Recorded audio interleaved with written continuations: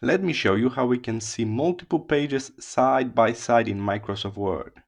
Even though we zoom out, in the standard mode you will see only one page in the middle and all of this space is unused. So you need to head to View and you need to switch from one page view to multi-pages view.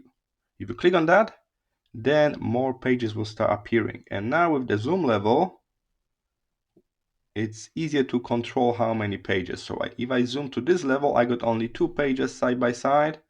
But if I zoom out really far, I can have 4 pages side by side. So if you got some kind of external large screen, that's going to be super handy. So if you switch to the multi-page mode, then you can control the zoom level.